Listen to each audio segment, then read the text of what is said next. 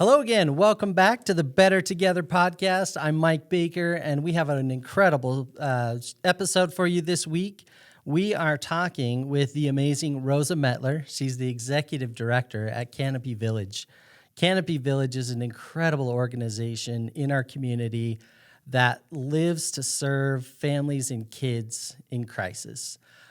These guys become the calm in the storm, the safe place to go when you don't have something to lean on. They are amazing. I know that you're going to enjoy this episode. Rosa has a heart for the work. She is just an incredible human being, as are the entire team at Canopy Village. We are so lucky to have them in our community. I'm so excited for this conversation. I think I've said that a couple times now because I really am excited. So let's get right into it. Here is Rosa. Enjoy the conversation.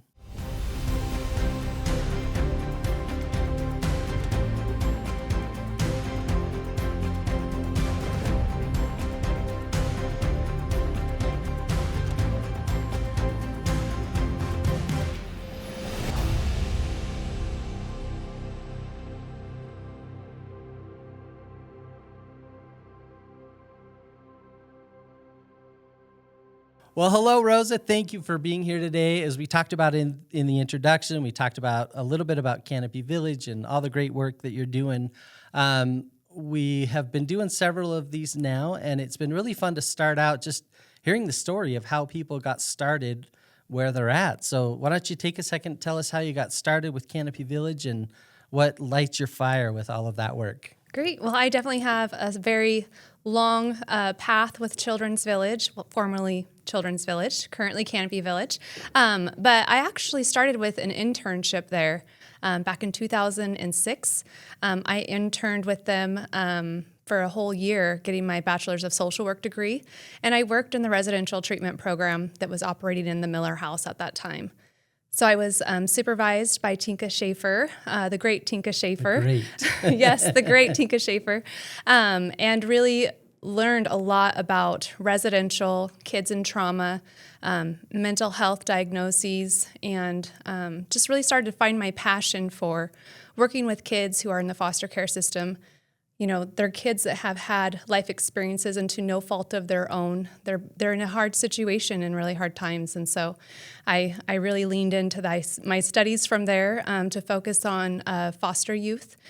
Teenagers, adolescents are my favorite, and learning more and more about residential care and even juvenile corrections in my master's program. That's wonderful. I've heard you speak about Canopy Village several times, and it's just so clear that you have a passion for the work and that you love it. And I talk all the time about for jobs, there's a job, there's a career, and there's a calling. And you definitely, every time I've heard you speak and talk about it, and just looking in your eyes right now, like you can tell that this is a calling for you. And that is so special to have. And so thank you for doing that for the community and caring for the kids. Our podcast is called Better Together. And I think, you guys talking about the village concept I think it ties right in. I mean, this work that we do is so important. We all have a part to play in caring for our community. And you guys have created this haven, this sanctuary for kids that just need some extra love. And I think that's so incredible. So thank you for doing that. Let's talk just a little bit more about what services you guys provide. Let's walk people through as if most people, because you guys are so amazing, they'll know, but let's do a 101 for the few that might not know what you guys do. Yeah, so we continue to operate as a shelter home. That's actually how we were founded. So we are still doing shelter, emergency shelter is what we call that program, our line of service. And so that's it's our community-based program. So kids are placed by their families directly to us to care for them while the parents go through whatever they may be navigating in life that is keep making the home unstable, or it's better for the kids to not be with them for a period of time. And so most often that is homelessness that brings kids to us for that longer period of time. And that's how we were stood up, was to make sure that there was a safe place that people could choose to bring their kids to us. And that is a free service line that we offer. We also have what we call crisis respite. And so we've defined that as 24 to 72 hours of care.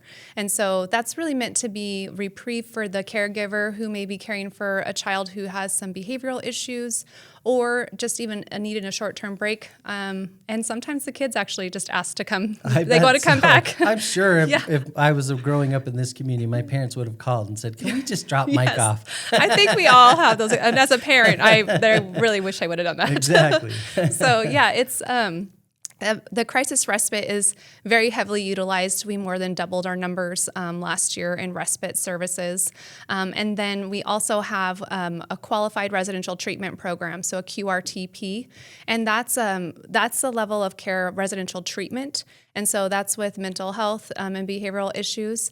And we are credentialed with Medicaid for that. So we're actually available to our community, even if you have Medicaid, to provide residential level of care in our community. That's exciting for us because it's pretty unique for our area to be able to offer that. So we have an RTC, we have emergency shelter, and we have crisis respite. And that operates on the residential side of our campus.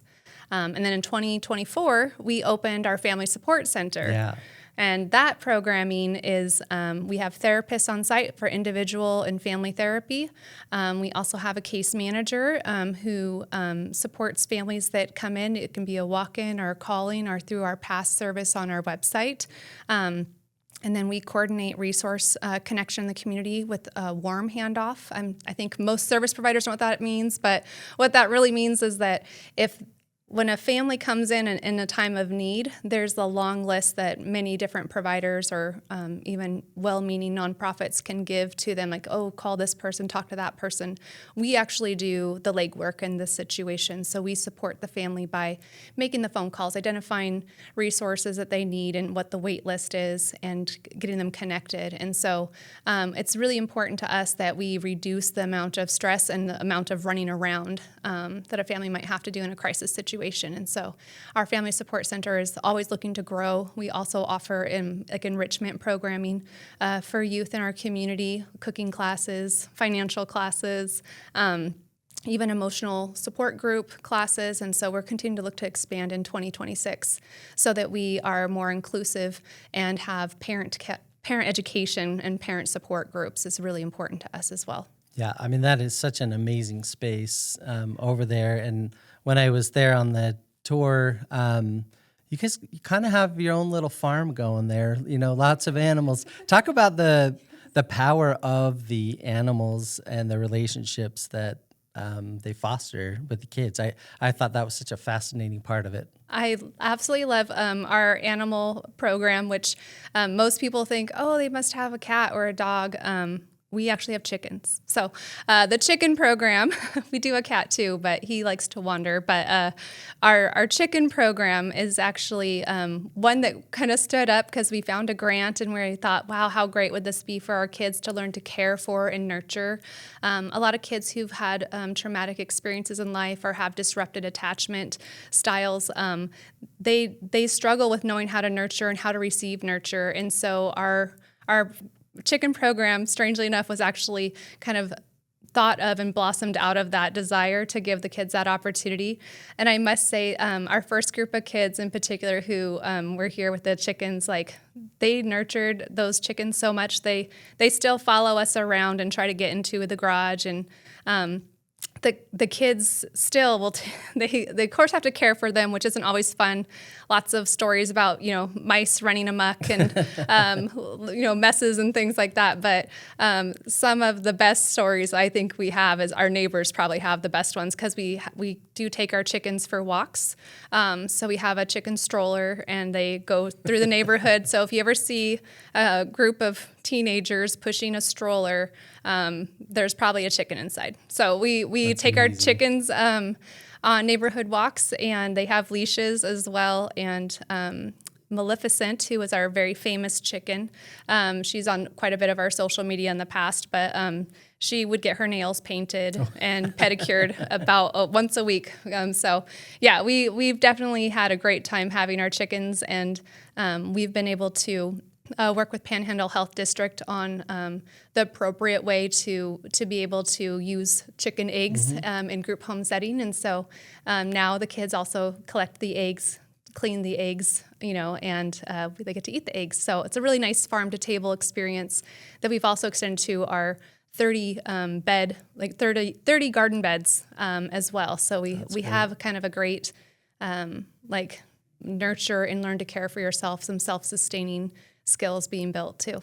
Yeah, I mean, there's really something about caring for an animal, like my dog Gus, right? I mean, there's this connection you make with these animals in your life, and then being in the dirt and watching something grow. I mean, when you're a kid that has come from a difficult environment and you haven't learned that life can be like this sometimes, and you guys have created such a nurturing, fostering, peaceful place. I bet that's just amazing to see. How does it work for you as a parent, right? So we all worry about our kids. That's our number one thing, Yep. right? And I think we all think we're the ones messing our kids up, and we probably are. I mean, there's no manual. We're all trying to figure it out. You see it from so many different lenses as a parent, as the executive director, as someone in the community. Talk about that experience just a little bit, if you can. Oh my goodness, I don't even know where to start because my daughter is 26 now. And so when I look back and reflect on her teenage years, which is actually about the time I was starting at the village, I was positive I had messed everything up. And I think that's part of what I bring, maybe part of my passion, is that I do have some life experience that I can relate with a lot of the families. And certainly hardship with teenagers, I can definitely relate with. Yeah. I love my daughter and she's doing really well now, but those are some hard years. And so making sure that we don't lose our own personal experience when we help other people, like it really helps us connect with them. It really, I think, brings a level of compassion that I don't think I would be able to have otherwise. And so it's been really amazing and hard sometimes. I'm an executive director now, but prior to that, my role at the village has really grown and changed over time. And so I used to be directly involved working with the kids on the floor, working with the staff to train them, and then directly working with a parent who is coming through the door. And so to this day where my office is at, I am able to still work with families, specifically if they're coming in a crisis, I'm able to kind of jump in. But just that, having that human side, that life experience, making sure that we always check ourselves with compassion, because I have not met a parent yet who says they want to be a bad parent. Right. They don't want to be bad parents. And a lot of them don't know what to do. They really just are looking for some help and guidance. And what better way to do that when you can show them some compassion and grace and give them an opportunity and really be there to support them through relationship. Oh, I love that. I mean, I think every person you meet is fighting their own battle. And one of the things I also I love lots of things about your place. It's amazing. But when we were there, hearing you guys talk about addressing the stigma of needing help, I was fortunate we had family around. I had days where, if I didn't have family or some support, having a resource like your organization would have been so powerful. I wonder on my own if I would have been too prideful saying, that's not for me. That's not for me, right? And it is. And we all need help. And you guys do such a good job at that. Talk about that just a little bit, because I think that's so powerful. It's very powerful. And, some of the most courageous things I've seen are parents come through that door and say, I just need some help. I don't know what to do.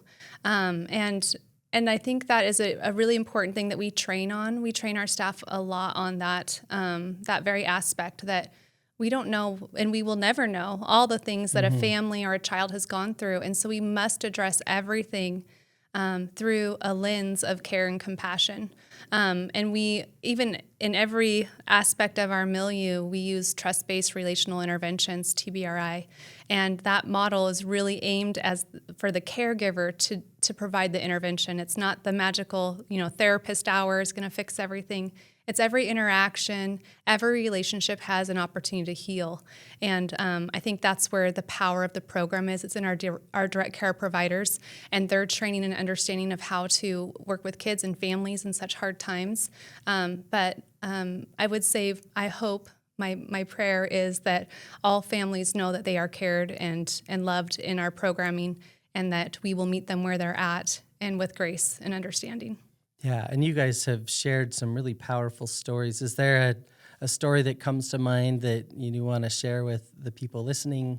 You guys have such a tremendous impact. Do you want to share a story? Oh my gosh, I have like 11 years of stories at this point. So I think I'll use a fairly recent one just because it really helped or allowed us to utilize our new building, the Family Support Center, which was always the dream. So around the time of COVID, we had gotten a grant, and that grant allowed us to hire a case manager. And so we were just starting case management to work with families to find resources. So if they had brought their child in, we could then support them with that. That was kind of how we managed it. And then we had also a community therapist that was hired. And so we were working in this really small office spaces, like shared office spaces, to try to make that work. And so when we got our grant for the Family Support Center, we realized how much bigger of an impact we could have. And so we had a family come in with a youth who stayed in our house. It was due to homelessness. Parents were working and had jobs, but just could not get stable housing. They couldn't afford, our economy here. Mm-hmm. Like, it's very hard to afford housing. And so they were homeless, but they didn't want him to be car surfing, or couch surfing, but like sleeping in the car or jumping from friend to friend. And so that kiddo came into our care, and we worked with the family at the Family Support Center to build up their resumes, get a new job, actually. This was a single parent. I know I've been speaking as multiple parents, but it was one parent, so a single parent, and they had some legal stuff going on, and we worked with them to, face, at the time it was a domestic violence relationship that they had been in, and so we helped them connect to resources, and then followed up on different procedures that were happening in the courts for her and that relationship. And she was so proud. She faced her abuser and was able to get some closure in that relationship and feel empowered through the process. And then really things started to fall in place from there. But one of my favorite pieces of the story is actually how the Family Support Center got to be utilized by this family. So mom didn't have anywhere to take the kiddo. She was still staying in a shelter or in her car, and kiddo was living with us, but she would come and pick him up and just walk over to the Family Support Center, and they would spend the day hanging out, because we have a little gaming room set up. We have like a TV with movies. We have a kitchen, and so she would start coming in and bringing meals to cook with her kiddo, and I would walk in sometimes and she's like, "Oh, hey, how's it going?" I'm like, "Good." And she's walking by, kids like, "Hi, Rosa," and he's got his slippers on, and I'm like, "Oh my gosh," like, it's just really comfortable. It feels like home. It felt, yeah. And I hope it did feel like home for them. Certainly we were all very comfortable, with them being in there, and they were comfortable enough to be like getting popcorn from the kitchen. But, I don't know, it was just really nice to see that in a situation where a mom doesn't have anywhere to take her kiddo to spend quality time, we could provide that space. And then, mom did amazing work with her different services that she got into, and was able to get into her own apartment, and kiddo was able to go and live back with her as he wanted to and deserved to. And it was just a really beautiful story about a lot of different nonprofits and community agencies coming together to work. We worked very closely with multiple agencies. I think there's probably 5 other agencies who could speak, about this same case and know that, man, that was truly a testament to what a community can do when they wrap around a family.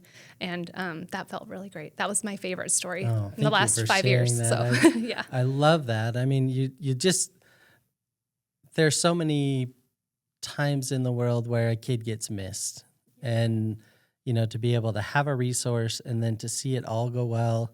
One of the other things I was really impressed with was I don't know if you call them graduates, or there are people that have finished the program that frequently float back and say hi, and they check in like family. Tell us just a little bit about that, and then maybe we'll talk a little bit about the health side of things. Yeah, absolutely. Thankfully, I've been there long enough to get to experience some successful graduating kiddos, and then coming back as adults even. And so you've had quite a few of those, but one of my favorite ones is we had a kiddo. She'd actually been at the village off and on throughout her life. Whether it was Department of Health and Welfare placement or later on when her mom utilized us as a private placement because she was going through some hard times. But she'd been with us for quite a bit. And she graduated as far as, she was living there. We helped her find housing when she turned 18 and get herself settled into school and, do all the things that you have to do when you're 18, like get a social security card and file for your birth certificate and things like that. And so we had had her mentor working with her to be prepared for that. And then she had a place to live post-care with us.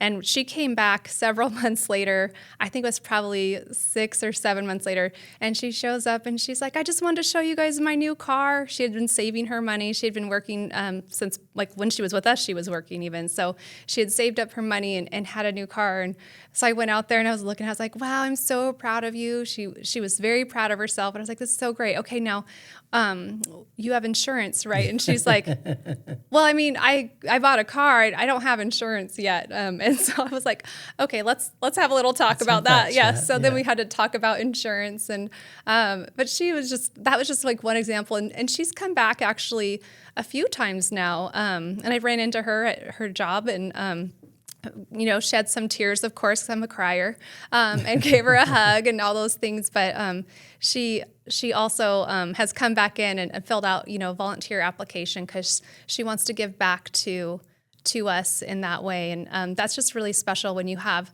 you've made an impact on somebody, that they want to come back and share that journey with somebody else. So. Yeah, no, I think it's so powerful. Thank you for sharing that.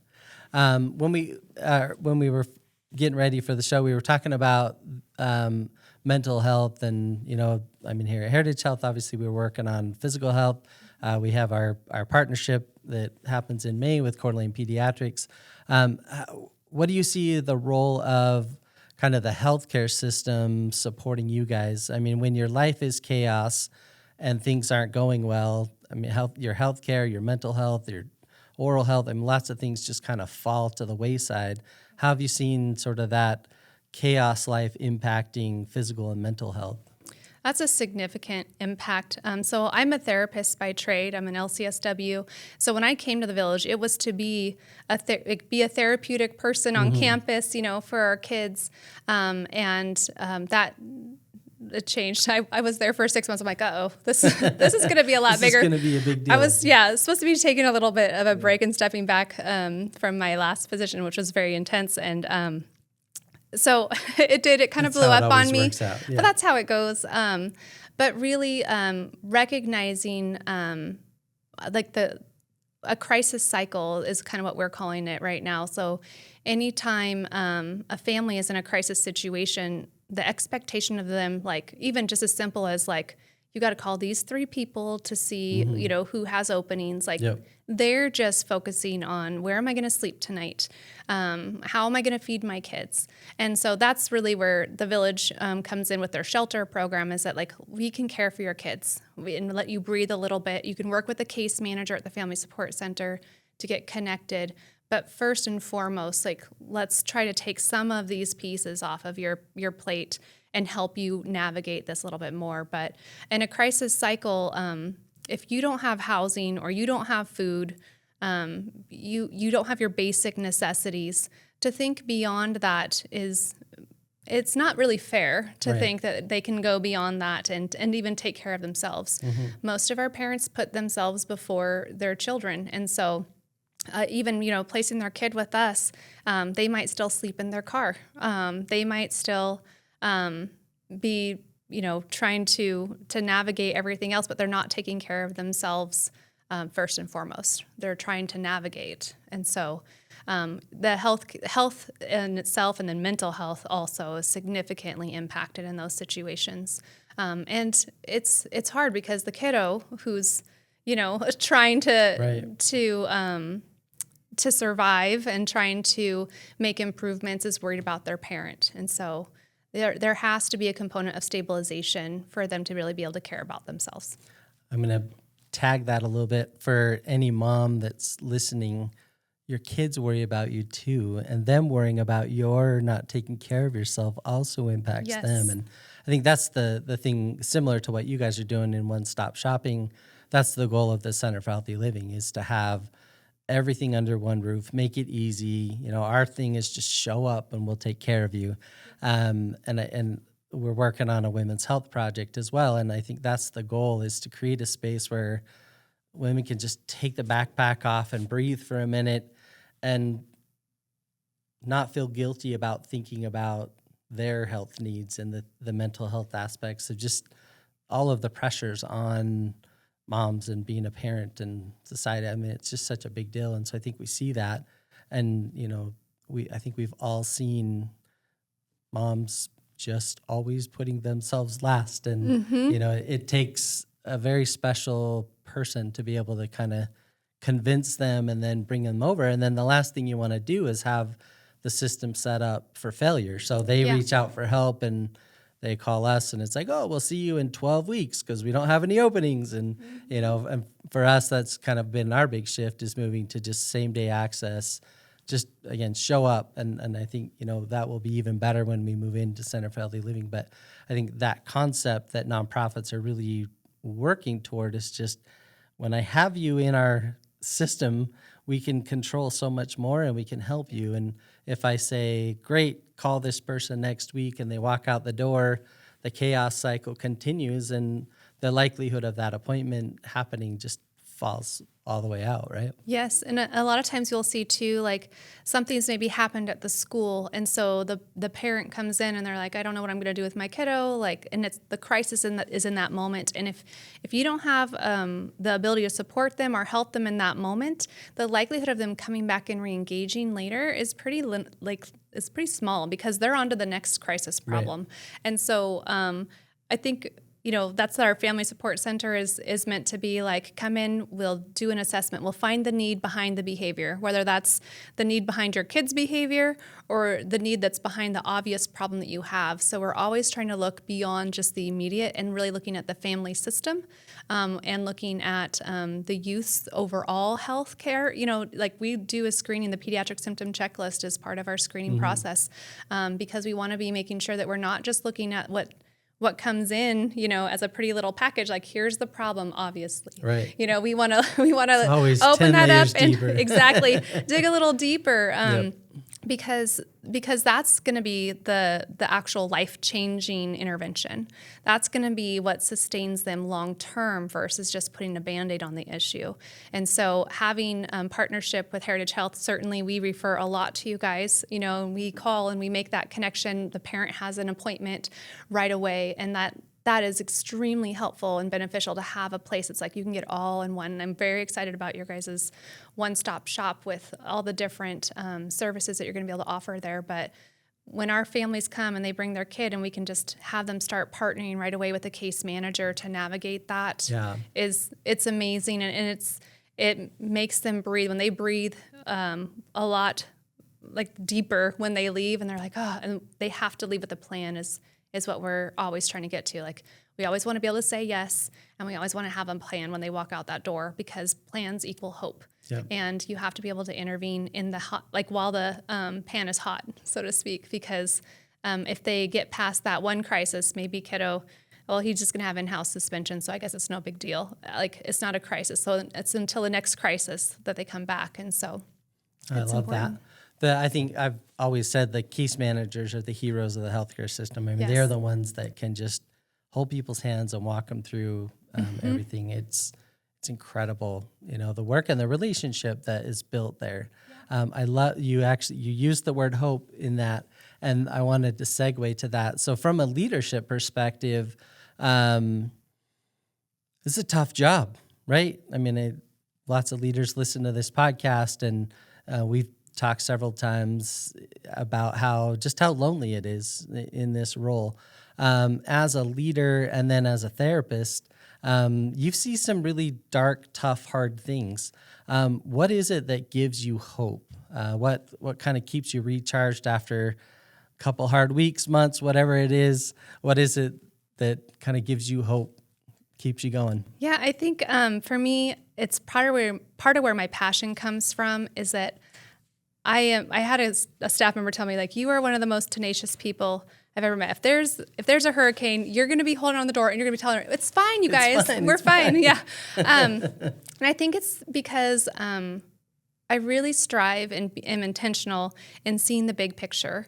And when I see the work that we've been able to do over the last 10 years that I've been at the village, and certainly the last 40 years that we've been in the community, I think that in itself gives me hope because when you see people come together, whether that's donors, whether that's our board members, whether that's the staff, or even the families, and they come together and they say, this is what we need, and like, we're going to make it happen. And you really get that community behind you. You can do so much in a system, and I love system change. It's definitely what I'm passionate about. And to know that we have gone from being a shelter home to being these 3 lines of residential services and a family support center, and hopes and dreams for filling more gaps of needs in our community. Like, I know we can do that, but we do it together. So there's our better together. I love it. Way to go. Nice tie-in. Yeah, you have to really see beyond the crisis or the situations right now, the hardships that we're facing, and keep looking up and ahead. Because if you don't look up and ahead, you're going backwards. And so you have to look up and ahead. No, I think it's fascinating the amount of logistics that it takes to just move somebody through any system that they're participating in. Here, phone call to the call center, an appointment, and then the person checking somebody in, and then the medical assistant, and then the provider interaction, and then the checkout, and then the billing, and then the pharmacy. I mean, there are so many points of opportunities for failure in that system. And, we know that everybody shows up and tries their very best every single day. But as you're building systems, you're trying to find opportunities to just make it easy, flow smoothly. I mean, it's fascinating when you have that executive director role on, hat on, and look at it and go, whoa. It's a big job. How do we hold this together? Yeah. I want to ask 2 more questions. So one of them, let's leave some advice. So you've been doing this a long time. I'm going to say you're an expert at parenting because I'm sure you are.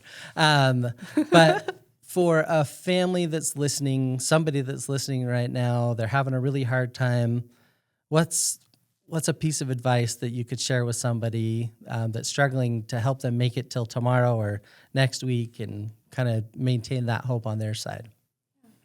I would say, one, don't go it alone.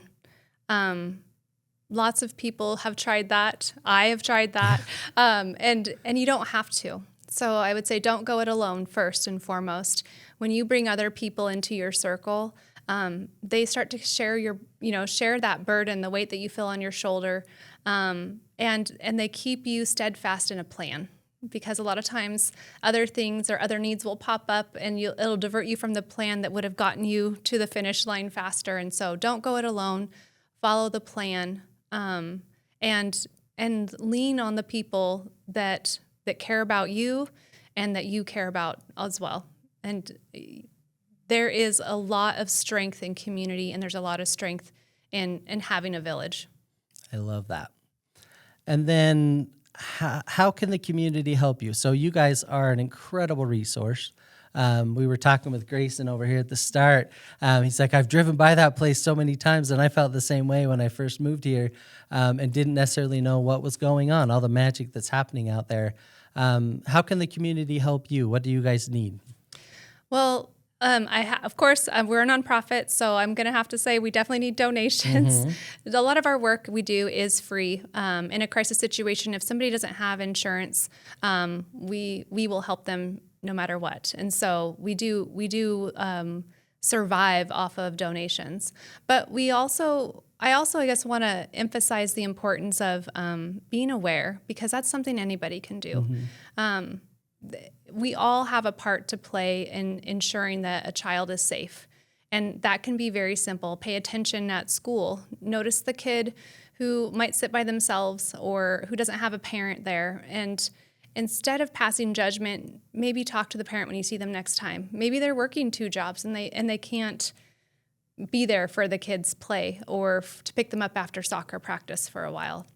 We don't know circumstances, so always enter it with a point of curiosity and compassion, and try to be a support to that person.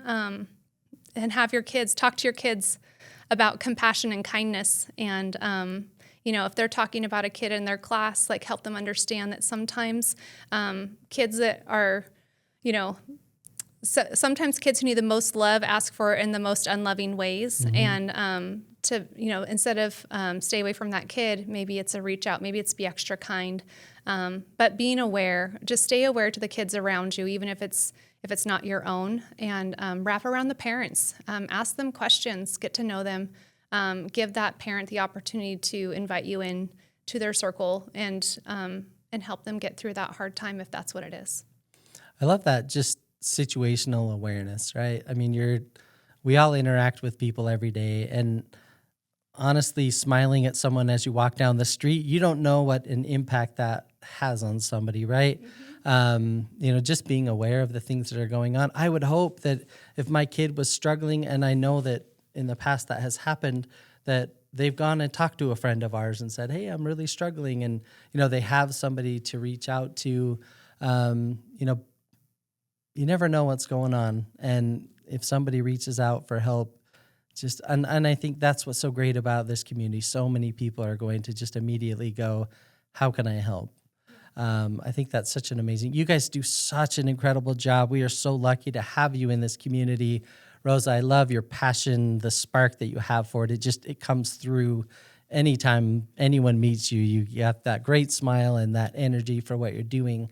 For people that are listening, I know that in the past you guys have had a list of grocery items that you need and other things like that. So, as you're listening to this podcast out there, right there, if you are going to the grocery store this week, check in with Canopy Village. They always need toilet paper. Toilet paper. Yeah. I always say, like, when you think about what you're buying for your household, we're buying it times 10. So buy 10 yeah. and drop them Toilet off. paper, paper towels. And I'll put this out for the kids' sake, because I know that they love this. Fresh produce. They love a good orange, which seems so simple, but we have to remember that's where a lot of our kids are coming from. Yep. Yeah, absolutely. Our website has, and our Facebook page, we have our needs list. In-kind donations we do take as well. And so nice, gently used clothing. Our kids sometimes come in with just the clothes that they're wearing. And so it's great that we have clothing closets, and we take the kids in and they get to pick out outfits. When they grow or the season changes, they use the clothing closets. And so anything that you need for your kid or your household, we're doing it by 10. So anything like that would be very much appreciated. All right. Well, good. So you have your work this week. Go to the grocery store, connect something, write a big check, whatever you can do. Let's make sure that Canopy Village is safe and strong, because, your kids might be in a safe, healthy place, but you never know when your luck changes or when someone you know and love might need some extra help, and Canopy Village will be there for your family. So, Rosa, thank you for being here today. You are incredible. Keep up the great work, and thank you all for being here this week. I hope you've enjoyed this conversation about Canopy Village. We're so lucky. Have a great week. Bye.